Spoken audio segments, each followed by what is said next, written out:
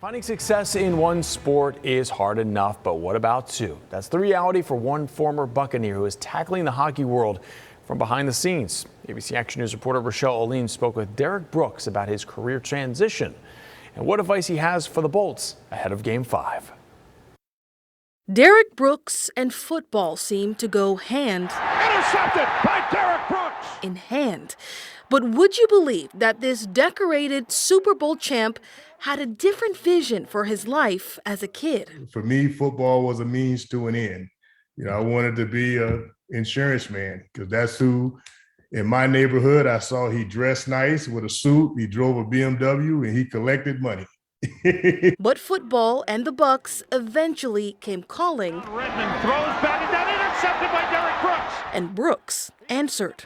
And after a 14-year career, Brooks transitioned to working in the hockey world on the business side of the Vinik Sports Group, which owns the Lightning.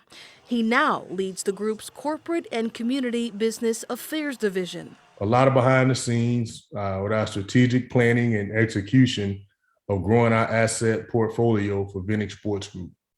And at the end of the day, just try to keep people excited about investing in ice in Florida.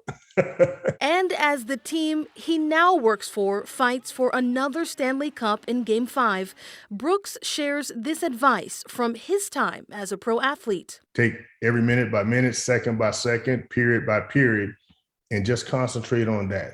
Not look at the bigger picture, but zero in on this game. And it's advice that could bring the Bolts and Brooks some pretty unique bragging rights. Obviously, having 2 Stanley Cup rings, as an executive, and 1 Super Bowl ring and 1 Hall of Fame ring, it's like, man, if you win, fortunate to have a third one. You have more hockey rings than you do football rings. And you know what?